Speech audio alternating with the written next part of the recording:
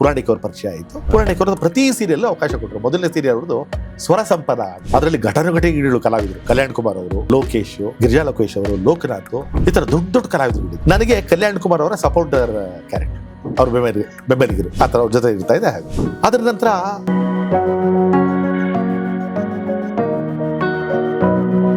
ಈ serial, cinema ಇವೆಲ್ಲ ಏನು ಸಂಸ್ಕಾರ ಇಲ್ಲದೆ ಇರೋದು, ಅಲ್ಲಿ ಸಂಸ್ಕೃತಿನೇ ಬೇರೆ ಅನ್ನೋ ತರ ಒಂದು ಮೈಂಡ್ ಸೆಟ್ ಜನರಲ್ಲಿ ಇರುತ್ತೆ. ಅವರು ಇದನ್ನ ಮುಗಿಸ್ಕೊಂಡ್ ಬಂದಿದ್ರು, ಫಿಲ್ಮ್ ಇನ್ಸ್ಟಿಟ್ಯೂಟ್ ಇಂದ ಮುಗಿಸ್ಕೊಂಡು ಬಂದಿದ್ರು. ತುಂಬಾ ಆಕ್ಟಿವ್ ಆಗಿದ್ರು, ತುಂಬಾ ಒಳ್ಳೆ ಸೀರಿಯಲ್. ಸ್ವರಸಂಪದ ಯಾವ ರೇಂಜಿಗೆ ಅಂದ್ರೆ, ಆಗಿನ ಕಾಲದಾಗ ಜನ ಹೇಳ್ತಾರೆ ಈ ಸಿನಿಮಾಗಿನ ರಿಚ್ ಆಗಿದೆಯಪ್ಪ.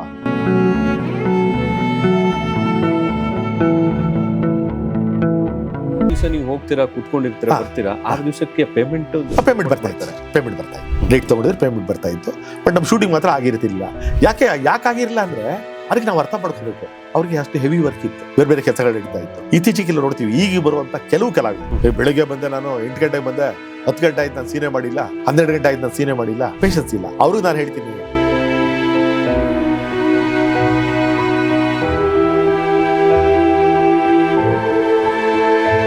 ಯಾವುದು ನಿಮ್ಗೆ ಮರೆಯಲಾಗದಂತಹ ಸೀರಿಯಲ್, ನಿಮ್ಗೆ ಖುಷಿ ಕೊಟ್ಟಂತಹ ನಿಮ್ಮ ಪಾತ್ರಗಳು? ಸರ್ ಇಷ್ಟು ಸೀರಿಯಲ್ ಸರ್ ಸುಮಾರು ಒಂದು 10,000 ಎಪಿಸೋಡ್ ಆಗಿರ್ಬೋದು ಸರ್ ಆಕ್ಟ್ ಮಾಡಿರೋದು. ಎಲ್ಲಾ ಸೀರಿಯಲ್ ಒಟ್ಟಾರೆ ಎಪಿಸೋಡ್ ಅದು ತುಂಬಾ ನನಗೆ ಇಷ್ಟವಾಗಿದ್ದು ಚೀಸ್ ಆಫ್ ಸಾವಿತ್ರಿ ಸೀರಿಯಲ್ಸ್. ಇದು ಯಾವಾಗ? ಇದು ಸುಮಾರು 12 ಇಸ್ವಿ 2012. ಅವಾಗಲೇ ಸಾರಥಿ ಕೂಡ ಅದೇ ಟೈಮಲ್ಲೇ.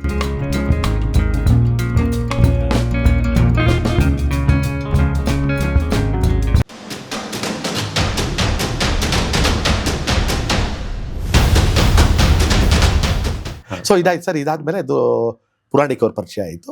ಪುರಾಣಿಕ್ ಅವ್ರದ್ದು ಪ್ರತಿ ಸೀರಿಯಲ್ ಅವಕಾಶ ಕೊಟ್ಟರು. ಮೊದಲನೇ ಸೀರಿಯಲ್ ಅವ್ರದ್ದು ಸ್ವರ ಸಂಪದ ಅಂತ, ಅದರಲ್ಲಿ ಘಟಾನುಘಟಿಗಳು ಕಲಾವಿದರು. ಕಲ್ಯಾಣ್ ಕುಮಾರ್ ಅವರು, ಲೋಕೇಶ್, ಗಿರಿಜಾ ಲೋಕೇಶ್ ಅವರು, ಲೋಕನಾಥ್, ಈ ತರ ದೊಡ್ಡ ದೊಡ್ಡ ಕಲಾವಿದರು. ನನಗೆ ಕಲ್ಯಾಣ್ ಕುಮಾರ್ ಅವರ ಸಪೋರ್ಟರ್ ಕ್ಯಾರೆಕ್ಟರ್, ಅವ್ರ ಬೆಂಬಲಿಗರು ಆ ಥರ ಅವ್ರ ಜೊತೆ ಇರ್ತಾ ಇದೆ. ಹಾಗೆ ಅದರ ನಂತರ ಶೂಟಿಂಗ್ ಬೇರೆ ಬೇರೆ ಸುಮಾರು ಮಾಡ್ತಾ ಇದ್ರು.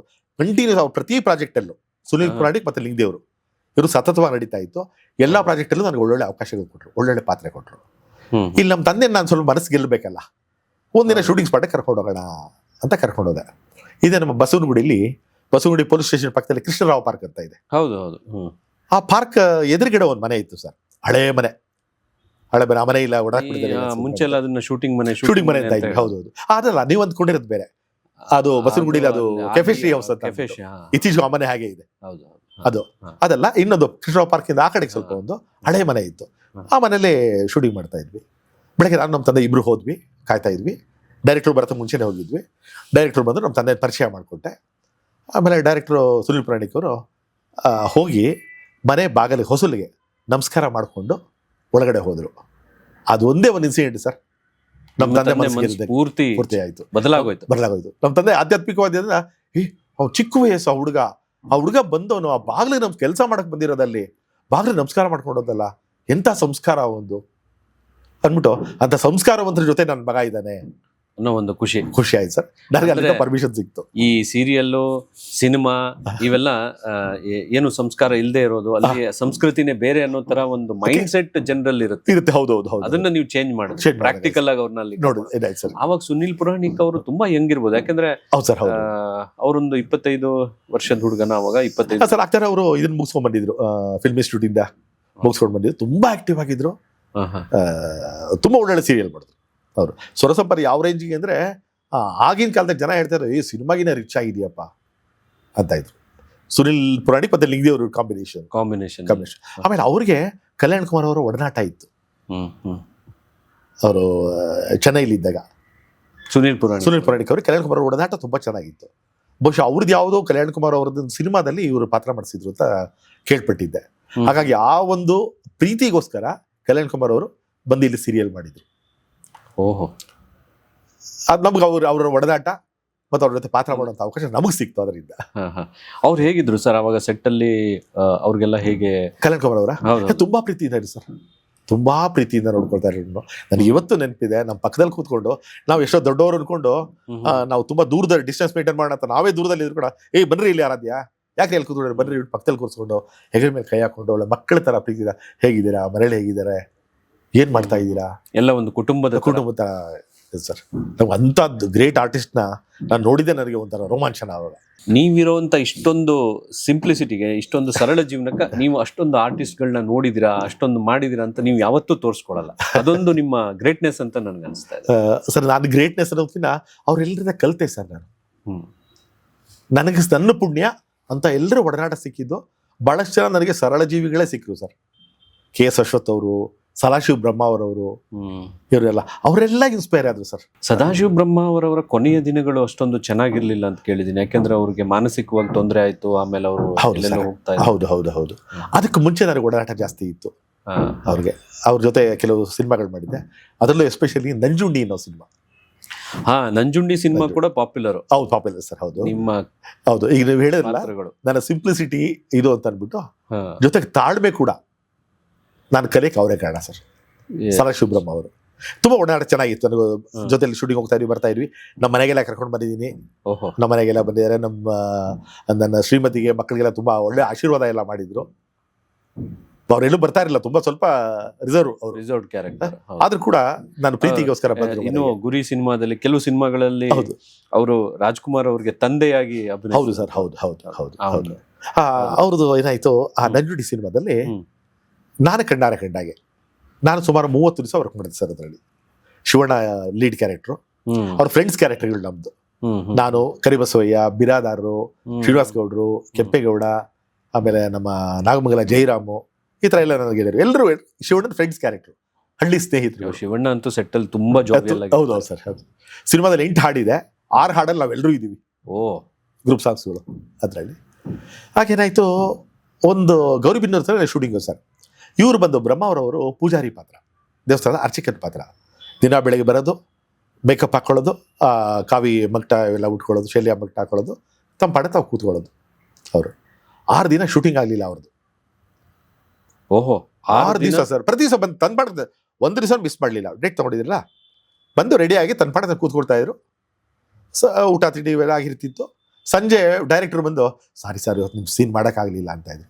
ಒಂದು ದಿವಸ ಅವ್ರ ಮುಖದಲ್ಲಿ ಬೇಸರ ಕಾಣಲಿಲ್ಲ ಸರ್. ನಾನು ಜೊತೆಲಿದ್ವಲ್ಲ, ಅವರು ಪರವಾಗಿಲ್ಲ ಸರ್, ನಾಳೆ ಮಾಡೋಣ ಅಂತ ಇದ್ರು. ಅದು ನಾನು ಹೇಳಿದಂಗೆ ಹೇಳಿದ್ರು. ಅವ್ರು ಹೇಳಿದ್ರೆ ಪರವಾಗಿಲ್ಲ ಸರ್, ನಾಳೆ ಮಾಡೋಣ ಅಂತ ಇದ್ರು. ಅಷ್ಟು ವಿನಮ್ರವಾಗಿ. ಅದೆಲ್ಲ ನನ್ನ ತಲೆ ಕೂತ್ಕೊಳ್ತು. ಇಷ್ಟು ದೊಡ್ಡ ಕಲಾವಿದರು, ಇಷ್ಟು ಅನುಭವ ಇರೋರು ಎಷ್ಟು ಸಿಂಪಲ್ ಆಗಿದ್ದಾರೆ ಅಂದ್ಬಿಟ್ಟು. ಅದೇ ಅನುಭವ ನನಗೆ ಎಕ್ಸ್ಪೀರಿಯನ್ಸ್ ಆಗಿದ್ದು ಸಾರಥಿ ಮಾಡುವಾಗ. ಸಾರಥಿಲು ಸುಮಾರು ಒಂದು 20 ದಿವಸದ ಮೇಲೆ ನಾನು ವರ್ಕ್ ಮಾಡಿದೆ. ಪ್ಯಾಲೇಸ್ ಗ್ರೌಂಡ್ ಶೂಟಿಂಗ್ ನಡೀತಾ ಇತ್ತು. ದರ್ಶನ್ ಅವರ ಹೀರೋ. ಅದೇ ಹೇಳಿದ್ರೆ ಅದರ ಸ್ವಲ್ಪ ಇಂಪಾರ್ಟೆನ್ಸ್ ಸಿಕ್ತು ನನಗೆ. ಅವ್ರ ಮನೆ ಸರ್ವೆಂಟ್ ಕ್ಯಾರೆಕ್ಟರ್. ಇಲ್ಲಿ ಜಾಸ್ತಿ ನಂದು ಮನೆಯದೆಲ್ಲ ಸೀನ್ಗಳಾಗಿರ್ತಿತ್ತು ಬೇರೆ. ಅದು ಸುಮಾರು ಕಡೆ ನಡೀತು ಶೂಟಿಂಗು. ಹೈದರಾಬಾದ್ ಅಲ್ಲಿ ರಾಮಾಯಣ ಸ್ಟುಡಿಯೋ ಅಲ್ಲಿ ಮನೆ ಸೆಟ್ ಹಾಕಿದ್ರು. ಅಲ್ಲಿ ಸಾಕಷ್ಟು ನನ್ನ ಸೀನ್ಗಳಾಯ್ತು. ಆಮೇಲೆ ಕೇರಳ ಎರ್ರಕೋಲಂ ಫಾಲ್ಸ್ ಹತ್ರ ಅಲ್ಲೊಂದು ಸೆಟ್ ಹಾಕಿದ್ರು, ದೇವಿದು. ಆ ಸಿನಿಮಾ ನೋಡಿ ನಿಮ್ಗೆ ನೆನಪಿರ್ತದೆ, ದೊಡ್ಡದು ದೇವಿ ವಿಗ್ರಹ, ಚಾಮುಂಡೇಶ್ವರಿ ಇತ್ತು. ಅಲ್ಲಿ ಬಹಳಷ್ಟು ದಿವಸ ಆಗಿತ್ತು. ಇಲ್ಲಿ ಬೆಂಗಳೂರಲ್ಲಿ ಪ್ಯಾಲೇಸ್ ಗ್ರೌಂಡ್ ಅಲ್ಲಿ ಶೂಟಿಂಗ್ ಇತ್ತು. ದರ್ಶನ್ ಅವರು ಕುಸ್ತಿ ಮಾಡೋದು ಇರುತ್ತೆ. ಅದ್ರಲ್ಲಿ ಸುಮ್ಮನೆ ಒಂದೇ ಒಂದು ಶಾರ್ಟ್ ನಾನು ಬಂದು ಹೋಗ್ಬೇಕು, ಜಾಸ್ತಿ ಇಲ್ಲ. ಇಲ್ಲಿ ನಂದು ಬೇರೆ ಎಲ್ಲ ಅಲ್ಲಾಗಿತ್ತು. ಇಲ್ಲಾಂದ್ರೆ ಕುಸ್ತಿ ನಡೀತಾ ಇರುತ್ತೆ, ಒಂದು ಶಾರ್ಟಲ್ಲಿ ನಾನು ಏನು ಅಂತ ನೋಡೋಕೆ ಬರ್ತೀನಿ. ಆ ಕುಸ್ತಿ ನಡೀತಾ ಇರೋದು ನೋಡ್ತೀನಿ, ಅದರಲ್ಲಿ ಇವ್ರು ಗೆಲ್ಲದ್ ನೋಡ್ತೀನಿ. ದರ್ಶನ್ ಅವರು ಇದನ್ನ ಹೋಗಿ ಅವ್ರ ತಾಯಿಗೆ ಹೇಳ್ತೀನಿ, ಈ ಥರ ಈಗ ನಡೀತಾ ಇತ್ತು, ಒಬ್ಬ ಹುಡುಗ ಗೆದ್ದ, ಈ ಥರದ್ದೇನೋ ಒಂದಷ್ಟು ಮಾತು. ಅದೊಂದೇ ಒಂದು ಶಾರ್ಟ್ ಸರ್. ಸುಮ್ಮನೆ ಜನಗಳ ಮಧ್ಯೆ ಇಡಕ್ಕೆ ನೋಡೋದು, ನನಗೆ ಖುಷಿ ಆಗೋದು, ಹೋಗೋದು ಅಷ್ಟೇ. ಈ ಶಾರ್ಟ್ಗೆ ನಾನು 6 ದಿನ ಕಾಯ್ದಿದ್ದೀನಿ, 6 days. ಅದೇ ನಾನು ಕೇಳೋಣ ಅಂತಿದ್ದೆ. ಈ ಬ್ರಹ್ಮ ಅವ್ರಿಗೆ ಆದಂತ ಅನುಭವ, ಸದಾಶಿವ ಬ್ರಹ್ಮ ಅವ್ರಿಗೆ ಆದಂತ ಅನುಭವ ನಿಮಗೂ ಆಗಿತ್ತಾ? ಈ ರೀತಿ ವೇಟ್ ಮಾಡಿದ್ರ ಸೆಟ್ ಅಲ್ಲಿ? ಹೌದು. ಬ್ರಹ್ಮ ಅವ್ರು ಹೇಗೆ ಮಾಡ್ತಾರೆ ಹಾಗೆ ನಾನು ಬೆಳಿಗ್ಗೆ ಹೋಗೋದು. ನನ್ನ ಕಾಸ್ಟ್ಯೂಮ್ ಅದರಲ್ಲಿ ಒಂದು ಪಂಚೆ, ಒಂದು ಬನಿಯನ್ನು, ಟವಲ್ಲು, ಈ ಥರದ್ದು ಹಾಕ್ಕೊಂಡು ಮೇಕಪ್ ಮಾಡ್ಕೊಂಡು ಕೂತ್ಕೊಂಡಿರ್ತಾನೆ. ಪಾಡೆ ನಾನು ಕೂತಿರ್ತಿದ್ದೆ. ದಿನಕರ್ ಅವರು ತುಂಬಾ ಗ್ರೇಟ್ ಸರ್, ನಿಜವಾಗ್ಲು. ಅವ್ರು ಬಂದು ಲಾಸ್ಟಲ್ಲಿ ಪಾಪ ನನ್ನ ಬ್ರಹ್ಮ ಅವರು ಬಿಡಿ ದೊಡ್ಡ ಕಲಾವಿದ್ರು, ನಾವೇನು ಅಂತ ಇದ್ರೆ ಇಲ್ಲ ಅಂತ ದಿನಕರ್ ಸಾಯಂಕಾಲ ಬಿಟ್ಟು, ಸಾರಿ ಸರ್ ನಿಮ್ಮ ಸೀನ್ ಮಾಡೋಕ್ಕಾಗಲಿಲ್ಲ ಅಂತ ಇದ್ರು. ನಾನು ಪರವಾಗಿಲ್ಲ ಸರ್, ತೊಂದರೆ ಇಲ್ಲ, ಮಾಡೋಣ ಅಂತ. 6ನೇ ದಿವಸ ನನ್ನ ಶೂಟಿಂಗ್ ಆಯ್ತು. ಅದೊಂದೇ ಒಂದು 6 ದಿವಸ ನೀವು ಹೋಗ್ತೀರಾ, ಕೂತ್ಕೊಂಡಿರ್ತೀರಾ, ಬರ್ತೀರಾ. 6 ದಿವಸಕ್ಕೆ ಪೇಮೆಂಟ್ ಬರ್ತಾ ಇತ್ತು. ಪೇಮೆಂಟ್ ಕೊಡ್ತಾ ಇದ್ರು. ಡೇಟ್ ತಗೊಂಡಿದ್ರೆ ಪೇಮೆಂಟ್ ಬರ್ತಾ ಇತ್ತು. ಬಟ್ ನಮ್ಮ ಶೂಟಿಂಗ್ ಮಾತ್ರ ಆಗಿರ್ತಿರ್ಲಿಲ್ಲ. ಯಾಕೆ ಆಗಿರಲಿಲ್ಲ ಅಂದ್ರೆ ಅದಕ್ಕೆ ನಾವು ಅರ್ಥ ಮಾಡ್ಕೋಬೇಕು. ಅವ್ರಿಗೆ ಅಷ್ಟು ಹೆವಿ ವರ್ಕ್ ಇತ್ತು, ಬೇರೆ ಬೇರೆ ಕೆಲಸಗಳು ನಡೀತಾ ಇತ್ತು. ಇತ್ತೀಚೆಗೆಲ್ಲ ನೋಡ್ತೀವಿ, ಈಗ ಬರುವಂತ ಕೆಲವು ಕಲಾವಿದರು ಎಲ್ಲರಲ್ಲ, ಬೆಳಿಗ್ಗೆ ಬಂದೆ, ನಾನು 8 ಗಂಟೆಗೆ ಬಂದೆ, 10 ಗಂಟೆ ಆಯ್ತು ನಾನು ಸೀನೆ ಮಾಡಿಲ್ಲ, 12 ಗಂಟೆ ಆಯ್ತು ನಾನು ಸೀನೆ ಮಾಡಿಲ್ಲ ಅಂತ ಇರ್ತಾರೆ. 1-2 ಗಂಟೆಗೆ ಪೇಷನ್ಸ್ ಇಲ್ಲ. ಅವ್ರಿಗೆ ನಾನು ಹೇಳ್ತೀನಿ, ಅಪ್ಪ ನಾವು ಕಲಾವಿದ್ರು, ಬೆಳಗ್ಗೆ ಬಂದ್ವಿ, ತಿಂಡಿ ತಿಂದ್ವಿ, ಕೂತಿದ್ದೀವಿ, ಮಧ್ಯಾಹ್ನ ಊಟ ಮಾಡ್ತೀವಿ, ಶೂಟಿಂಗ್ ಕರೀಲಿಲ್ಲ ಅಂತ ಕೂತಿರ್ತೀವಿ, ಸಂಜೆ ಕಾಫಿ ತಿಂಡಿ ಬರುತ್ತೆ, ಇಷ್ಟೆಲ್ಲ ಮಾಡೋದು ಸುಮ್ಮನೆ ಕೂತಿರ್ತೀವಿ ನಾವು. ಆದರೆ ಟೆಕ್ನಿಷಿಯನ್ಸು ಕಂಟಿನ್ಯೂಸ್ ಆಗಿ ಕೆಲಸ ಮಾಡ್ತಾ ಇರ್ತಾರೆ. ಶ್ರಮ ಅವ್ರದ್ದು, ಅವ್ರ ಶ್ರಮದಿಂದಾನೇ ನಾವು ತೆರೆ ಮೇಲೆ ಕಾಣಿಸ್ಕೊಳ್ಳೋದು. ಇವತ್ತಿನ ನಿಮ್ಮನ್ನು ಕರೀಲಿಲ್ಲ ಅಂದ್ರೆ ಅವ್ರು ಬೇರೆ ಕೆಲಸ ಮಾಡ್ತಾ ಇದ್ದಾರೆ, ಸುಮ್ಮನೆ ಇಲ್ಲ. ನಿಮ್ ಸರದಿ ಬರೋರು ಕಾಯಬೇಕು, ಆ ತಾಳ್ಮೆ ಬೇಕು ಅಂತ. ಬಟ್ ಈಗಿನವ್ರಿಗೆ ಆ ತಾಳ್ಮೆ ಇಲ್ಲ ಸರ್, ತುಂಬಾ ಕಡಿಮೆ. ಎಲ್ಲರೂ ಹೇಳ್ತಾ ಇಲ್ಲ ಅದನ್ನು, ಕೆಲವರಲ್ಲಿ ತಾಳಿದವನು ಬಾಳಿ ಅದು ಅಂತ, ತಾಳದವನು ಅಷ್ಟೇ. ಎಷ್ಟು ಮಟ್ಟಿಗೆ ಅಂದ್ರೆ ಮೊನ್ನೆ ಯಾವುದೋ ಒಂದು ಇದರಲ್ಲಿ ಒಬ್ಬ ಹುಡುಗ ಬಂದ್ಬಿಟ್ಟು, ಸರ್ ನಾನು ಥಿಯೇಟರ್ ಮಾಡ್ತಾ ಇದ್ದೀನಿ ಸರ್, ನನಗೆ ಸಿನಿಮಾದಲ್ಲಿ ಅವಕಾಶ ಸಿಗ್ತಾ ಇಲ್ಲ ಸರ್ ಅಂದ. ಹೌದಪ್ಪ, ಎಷ್ಟು ವರ್ಷ ಮಾಡ್ತಾ ಇದೀಯಾ ಅಂದೆ. ಸರ್ 6 ತಿಂಗಳಿಂದ ಥಿಯೇಟರ್ ಮಾಡ್ತಾ ಇದ್ದೀನಿ ಸರ್ ನಾನು ಅಂದ. ಹೌದಪ್ಪ, ನಾನು 40 ವರ್ಷದಿಂದ ಮಾಡ್ತಾ ಇದ್ದೀನಿ, ಇನ್ನೂ ಸ್ಟ್ರಗಲ್ ಮಾಡ್ತಾ ಇದ್ದೀನಿ. ನಿಮ್ಗೆ ಎಷ್ಟು ವರ್ಷ ಥಿಯೇಟರ್ ಮಾಡಿದ್ಮೇಲೆ ನಿಮ್ಗೆ ಸೀರಿಯಲ್ ಅಲ್ಲಿ ಅವಕಾಶ ಸಿಕ್ತು? ಸುಮಾರು 10 ವರ್ಷ. ಹೌದು ಸರ್, ಹೌದು. ಯಾಕಂದ್ರೆ ನೀವು ಹೇಳಿರೋ ಘಟನೆಗಳು, ಇದು ಕಾಲಘಟ್ಟಗಳನ್ನ ನೋಡಿದ್ರೆ 10 ವರ್ಷ ನೀವು ಥಿಯೇಟರ್ ಅಲ್ಲಿ ಮಾಡಿದ್ಮೇಲೆ, ಬೇರೆಯವರ ಒಡನಾಟ ಆದ್ಮೇಲೆ, ಜನರ ಜೊತೆ ನೀವು ಗುರುತಿಸ್ಕೊಂಡ್ಮೇಲೆ ನಿಮಗೆ ಸೀರಿಯಲ್ ಅಲ್ಲಿ ಬಂತು. ಆಮೇಲೆ ನಮಗೂ ಆಸೆ ಇರ್ಲಿಲ್ಲ ಸರ್ ಅವಾಗ, ಆ ಗುರಿನೂ ಇರಲಿಲ್ಲ, ಆಸೆನೂ ಇರಲಿಲ್ಲ, ಖುಷಿ ಅಷ್ಟೇ. ನಾಟಕ ಮಾಡೋದು ಅಷ್ಟೇ. ನಮಗೆ ಆ ಕಡೆ ಹೋಗ್ತೀವಿ ಅನ್ನೋ ಕಲ್ಪನೆ ಯಾವತ್ತೂ ಇರಲಿಲ್ಲ. ನಾನೊಬ್ಬ ಸಿನಿಮಾ ನಟ ಆಗ್ತೀನಿ ಅನ್ನೋದು ಯಾವತ್ತೂ ನಾನು ಯೋಚನೆ ಮಾಡಿಲ್ಲ. ಇವತ್ತಿಗೂ ನಾನು ಯೋಚನೆ ಮಾಡಿದ್ರೆ ನನ್ನ ಭ್ರಮೇನ, ಕನಸ ಇದು ನನ್ನ ಸಾಧ್ಯ. ಸರ್, ನೀವು ಈ ಧಾರಾವಾಹಿಗಳಲ್ಲಿ ನಟಿಸೋಕ್ಕಿಂತ ಮುಂಚೆ ನಾಟಕಗಳನ್ನ ಮಾಡ್ತಾ ಇದ್ರಿ, ಅದರಲ್ಲಿ ನೀವು ಪಡ್ಕೊಂಡಿದ್ದ ಹೆಚ್ಚ, ಕಳ್ಕೊಂಡಿದ್ದ ಹೆಚ್ಚ? ಪಡ್ಕೊಂಡಿದ್ದೆ ಹೆಚ್ಚು ಸರ್. ಕಳ್ಕೊಂಡಿದ್ದ ಸಮಯ ಅಷ್ಟೇನೆ, ಪಡ್ಕೊಂಡಿದ್ದು ಜಾಸ್ತಿ. ಅನುಭವ, ಸಂತೋಷ, ಎಲ್ಲೂ ಅನುಭವ. ಹೌದು ಸರ್, ಹೌದು. ಇದಕ್ಕೆ ನೀವು ಹೇಳಿದ್ದಕ್ಕೆ ಯಾರೋ ಒಂದ್ಸರಿ ಭಗವಾನ್ ಬುದ್ಧನ ಕೇಳಿದ್ರಂತೆ, ಯಾವ ಇಸ್ಕೊಂಡು ತಪಸ್ ಮಾಡ್ತೀರಾ, ಇದನ್ನ ಏನ್ ನೀವು ಪಡಿತೀರಾ ಅಂದ್ಬಿಟ್ಟು. ಅವ್ರು ಹೇಳಿದ್ರೆ, ಪಡೆಯೋದಕ್ಕಿಂತ ನಾನು ಕಳ್ಕೊಳ್ಳೋದು ಹೆಚ್ಚು. ಏನು ಅಂದ್ರೆ ನನ್ನಲ್ಲಿರೋ ಕೋಪ, ಅಸಹನೆ, ಇದನ್ನೆಲ್ಲ ಸರಿ. ನಾಟಕಗಳಲ್ಲೂ ಕೂಡ ಇದೇ ರೀತಿ ಆಗುತ್ತೆ. ಅಂದ್ರೆ ನಮ್ಮ ಒಂದು ಒಳಗಡೆಯ ಏನಂದ್ರೆ ನಮ್ಮ ವ್ಯಕ್ತಿತ್ವವನ್ನ ನಾವು ತಿದ್ಕೋತೀವಿ ಅನ್ಸುತ್ತೆ. ನೀವು ಹೇಳಿದಾಗೇನೆ ಅಲ್ಲಿ ಸಹನೆ ಬರುತ್ತೆ, ಕೋಪ ಕಮ್ಮಿ ಆಗುತ್ತೆ, 4 ಜನರ ಜೊತೆ ನಾವು ಬೆರಿತೀವಿ. ಹೌದು ಸರ್, ನಮ್ಮನ್ನ ನಾವು ಪ್ಯೂರಿಫೈ ಮಾಡ್ಕೋತೀವಿ. ಹೌದು, ನಾನು ಪಡೆದಿದ್ದೆ ಹೆಚ್ಚು ಅಂತ ಹೇಳ್ಬೋದು. ಸರ್, ಅದಾದ್ಮೇಲೆ ನಿಮ್ಮ ಮುಂದಿನ ಜೀವನ ಈ ಸೀರಿಯಲ್ಗಳಲ್ಲಿ ಮಾಡಿದ್ರಿ.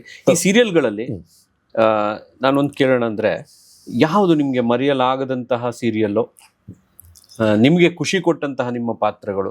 ಸರ್, ಇಷ್ಟು ಸೀರಿಯಲ್ ಸರ್ ಸುಮಾರು ಒಂದು 10,000 ಎಪಿಸೋಡ್ ಆಗಿರ್ಬೋದು ಸರ್ ಆಕ್ಟ್ ಮಾಡಿರೋದು, ಎಲ್ಲಾ ಸೀರಿಯಲ್ ಒಟ್ಟಾರೆ ಎಪಿಸೋಡ್. ಅದು ತುಂಬಾ ನನಗೆ ಇಷ್ಟವಾಗಿದ್ದು ಚೀಸ್ ಆಫ್ ಸಾವಿತ್ರಿ ಅನ್ನೋ ಸೀರಿಯಲ್ ಸರ್. ಇದು ಯಾವಾಗ? ಇದು ಸುಮಾರು 12ನೇ ಇಸ್ವಿಲಿ, 2012. ಅವಾಗಲೇ ಸಾರಥಿ ಕೂಡ ಅದೇ ಟೈಮಲ್ಲೇ ಇದು. 2012ರಲ್ಲಿ ಚೀಸ್ ಆಫ್ ಸಾವಿತ್ರಿ ಅಂತ ಜಿ ಟಿವಿಲಿ ಬರ್ತಾ ಇತ್ತು. ಶ್ರುತಿ ನಾಯ್ಡು ಮತ್ತೆ ರಮೇಶ್ ಇಂದಿರಾ ಅವರು ಅದನ್ನ ಡೈರೆಕ್ಟ್ ಮಾಡಿದ್ದು. ತುಂಬಾ ಒಳ್ಳೆ ಪಾತ್ರ.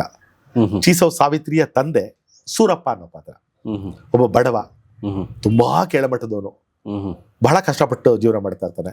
ಅಲ್ಲಿ ನನಗೆ ಆಕ್ಟಿಂಗ್ಗೆ ತುಂಬಾ ಸ್ಕೋಪ್ ಸಿಕ್ತು.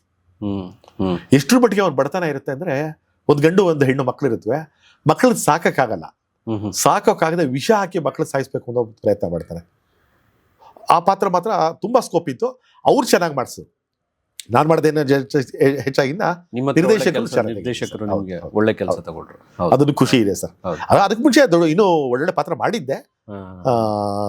ಅದು ತುಂಬಾ ನನ್ನ ಮನಸ್ಸಲ್ಲಿ ಉಳ್ಕೊಂಡಿದ್ದು, ಮ್ಯಾಕ್ಸಿಮಮ್ ನಂಬರ್ 1 ಅಂತ ಹೇಳ್ತೀವಲ್ಲ ಹಾಗೆ. ನಿಮ್ಗೂ ಕೂಡ ಆ ಒಂದು ಅನುಭವವನ್ನ ತಗೊಂಡು ಆಕ್ಟಿಂಗ್ ಮಾಡಿರೋದು ಸರ್, ಹೌದು, ನಿಮ್ಗೆ ಖುಷಿ ಕೊಡ್ತು. ಅದಕ್ಕೆ ಮುಂಚೆ ಚಂದ್ರಬಿಂಬ ಅಂತ ದೂರದರ್ಶನದಲ್ಲಿ, ಅದು ಕಂಟಿನ್ಯೂಸ್ ಕ್ಯಾರೆಕ್ಟರ್ ಅಲ್ಲಿ ಮಾಡ್ತಾ ಇದ್ವಿ. ಆಮೇಲೆ ನೀವು ಹೇಳಿದಾಗೆ ಪ್ರೈವೇಟ್ ಚಾನಲ್ ಬಂದ್ಮೇಲೆ ಉದಯದಲ್ಲಿ ಕಾವೇರಿ ಅಂತ ಒಂದು ಸೀರಿಯಲ್, ನಾಗ್ತಿಹಳ್ಳಿ ಚಂದ್ರಶೇಖರ್ ಅವರು ಅದರ ನಿರ್ದೇಶಕರು. ಅದರಲ್ಲಿ ಪೊಲೀಸ್ ಪಾತ್ರ ಮಾಡಿದ್ದೆ ಸರ್. ಸಾಮಾನ್ಯವಾಗಿ ಪೊಲೀಸ್ ಪಾತ್ರ ಅಂದ್ರೆ ಸಾಮಾನ್ಯವಾಗಿ ಹೇಳ್ತಿರೋದು ಏನಂತ ಸ್ಕೋಪ್ ಇರಲ್ಲ, ಸುಮ್ಮನೆ ಬಂದ ಯಾರನ್ನೋ ಕೈ ಕರ್ಕೊಂಡು ಅರೆಸ್ಟ್ ಮಾಡಿ, ಈ ಥರದ್ದಿದೆ.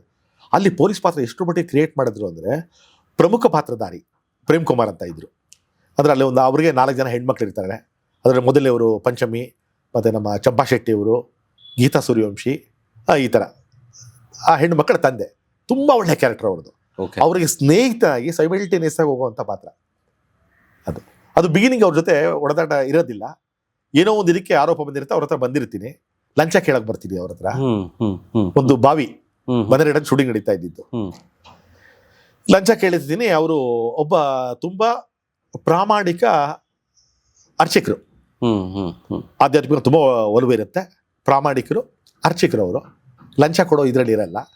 ಅವರು ಕೊಡ್ತೀನಿರಪ್ಪ ಅಂತ ಕೂರಿಸಿರ್ತಾರೆ ಬಾವಿ ಕಟ್ಟೆ ಮೇಲೆ. ದೊಡ್ಡ ಬಾವಿ ಸರ್, ಅದು ದೊಡ್ಡ ಬಾವಿ. ಕೂತಿರ್ತೀನಿ, ಆಮೇಲೆ ಬರ್ತೀನಿ ಇರುತ್ತೆ, ಹೊರಡೋಗಿರ್ತಾರೆ. ಆಮೇಲೆ ಬಂದು ಕೂಗ್ತಾರೆ, ಇಂಡಿಯಾ ತಿರುಗಿ ನೋಡ್ತೀನಿ, ಒಂದು ಕೋಲ್ ಇಟ್ಕೊಂಡು ನಿಂತಿರ್ತಾರೆ, ದೊಡ್ಡ ಕೋಲ್ ಹೊಡೆಯೋದಕ್ಕೆ. ಅವರು ಲಂಚ ಕೇಳಕ್ ಬಂದಿದ್ಯಾ ಅಂತ ಅಂದ್ಬಿಟ್ಟು ಅವರು ಹೊಡೆಯಕ್ಕೆ ಬರ್ತಾರೆ, ಹೊಡೆಸ್ಕೊಂಡು ಬಾವಿ ಬಿದ್ದೋಗ್ಬಿಡ್ತೀನಿ ನಾನು. ಅದರಲ್ಲಿ ಅದ್ರದ್ದು ಒಂದು ಸೈಡ್ ಬಾವಿ ಬೀಳೋದು. ಅದಕ್ಕೆ ಮುಂಚೆ ಹಿಂದಿನ ದಿವಸ ಮ್ಯಾನೇಜರ್ ಫೋನ್ ಮಾಡಿದ್ರು, ಸರ್ ಈಜು ಬರುತ್ತಾ ನಿಮಗೆ ಅಂತ. ಇಲ್ಲ ಸರ್ ಬರಲ್ಲ. ಬಾವಿಗೆ ಬೀಳ್ಬೇಕಾಗಿತ್ತು ಅಲ್ಲಿ.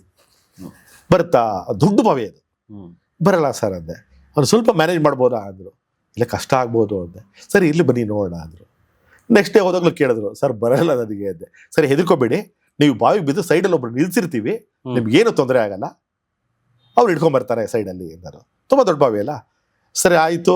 ಅದು ಆಮೇಲೆ ಒಂದೇ ಟೇಕ್ ಎಲ್ಲ ಆಗಬೇಕು, ರೀಟೇಕ್ ಮಾಡೋಕೆ ಆಗಲ್ಲ ಅದು ಅಂತ ಹೇಳಿದ್ರು. ಒಂದ್ಸರಿ ಬಿದ್ದು ಬಟ್ಟೆ ನೆಂದ ಮೇಲೆ ಮುಗೀತಲ್ಲ, ಹೌದು, ಮತ್ತೆ ಮಾಡೋಕ್ಕಾಗಲ್ಲ. ಬಟ್ಟೆ ಒಣಗೋರು ಕಾಯ್ಬೇಕು, ಇಲ್ಲ ಬೇರೆ ಬಟ್ಟೆ ಹಾಕೋಬೇಕು, ಈ ಥರದ್ದೆಲ್ಲ ಇರುತ್ತೆ.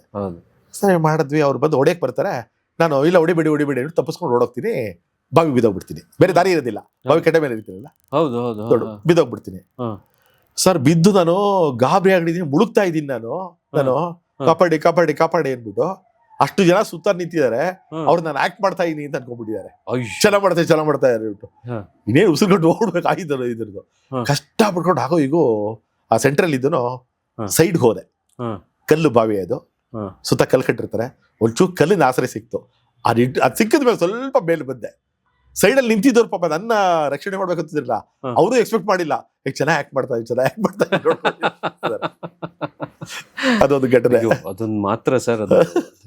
ಈ ತರ ಶೂಟಿಂಗ್ ಅಲ್ಲಿ ಬಹಳಷ್ಟು ಪ್ರಮಾದಗಳು ನಡೆಯುತ್ತೆ ಸರ್, ಗೊತ್ತಿಲ್ಲದೆ ಕೂಡ. ಇನ್ ಕೆಲಸ ನನಗೆ ಈಗಲೂ ಅಪ್ಪ ಇದೆ, ಮೇಕಪ್ ಕೂತಿದ್ದಾಗ ಮೇಕಪ್ ಆಗ್ತಾ ಇರುತ್ತೋ ಬಂದು ಕವರ್ ಕೊಡ್ತಾ ಇದ್ರು. ನಾನು ಅಲ್ಲಿ ನಮ್ಮ ಮ್ಯಾನೇಜರ್ಗಳು ಕೇಳ್ತಾ ಇದ್ದೆ ಅವ್ರಿಗೆ, ಏನಪ್ಪ ನಮ್ಗೆ ಅವಮಾನ ಮಾಡ್ತಾ ಇದ್ದೀರಾ, ಇನ್ನು ಆಕ್ಟೇ ಮಾಡಿಲ್ಲ, ಮೊದಲೇ ಕೊಡ್ತಾ ಇದ್ದೀರಾ ಅಂದ್ರೆ ಅವ್ರು ಹೇಳ್ತಾರೆ ಒಳ್ಳೆ ಮಾತು, ಇಲ್ಲ ಸರ್ ನೀವು ಪಾತ್ರ ಮಾಡ್ಕೊಡ್ತೀರಾ ಗ್ಯಾರಂಟಿ, ನಮಗ ನಂಬಿಕೆ ಇದೆ, ನಮ್ ಕರ್ತವ್ಯ ನಾವು ಮಾಡ್ಬಿಡಕ್ಕೆ ಸರ್. ನೀವು ಬಂದಾಗ ಮುಗಿಸ್ಬೇಕು. ನಿಮ್ ಪಾತ್ರ ಮುಗಿದ್ಮೇಲೆ ನಾನೆಲ್ಲ ಹೊರಗಡೆ ಹೋಗಿರೋದು, ನೀವು ಹುಡ್ಕಾಡೋದು ಯಾಕೆ ಬೇಕು, ನನ್ನ ಕೆಲಸ ಮುಗಿಸ್ಕೊಂಡ್ಬಿಡ್ತೀನಿ, ನೀವೇನೋ ಪಾತ್ರ ಮಾಡದೆ ಏನು ಹೋಗಲ್ಲ, ನಂಬಿಕೆ ನಮಗಿದೆ ಅಂತ ಇದ್ರು. ಇವತ್ತು 4 ತಿಂಗಳು ನಾವು ವೆಯ್ಟ್ ಮಾಡ್ಬೇಕು ಸರ್. ಆಮೇಲೆ 4 ತಿಂಗಳಾದ್ಮೇಲೆ ಏನಾಗುತ್ತೆ, ಕೆಲವು ಸರ್ತಿ ಅವರೇ ಕೊಟ್ಬಿಟ್ರೆ ಪರವಾಗಿಲ್ಲ, ನಾವು ಫೋನ್ ಮಾಡಬೇಕು. ಅವಾಗ ಬಂದಿರ್ಬೋದು ನೋಡಿ ಸರ್, ಚೆಕ್ ಮಾಡ್ಕೊಳ್ಳಿ ಸರ್ ಅಂತಾರೆ ಒಂದು. ಇನ್ನು ಕೆಲವು ಸರ್ತಿ ಮ್ಯಾನೇಜರ್ಗಳು ಚೇಂಜ್ ಆಗೋಗ್ಬಿಟ್ಟಿರ್ತಾರೆ. ಸರ್ ಈಗ ಆ ಮ್ಯಾನೇಜರ್ ಇಲ್ಲ, ನೀವು ಅವ್ರನ್ನ ಕೇಳಿ ಅಂತಾರೆ. ಆ ಮ್ಯಾನೇಜರ್ ಕೇಳಿ, ಸರ್ ನಾನು ಬಿಟ್ಟಿದ್ದೀನಿ ಹೊಸ ಬಂದಿಲ್ಲ, ಇವ್ರಿಗೆ ಕೇಳಿ ಅಂತಾರೆ. ಅವ್ರನ್ನ ಕೇಳ್ಬೇಕಾ ಇವ್ರನ್ನ ಕೇಳ್ಬೇಕಾ, ಇಬ್ಬಂದಿಗಳು ನಾವು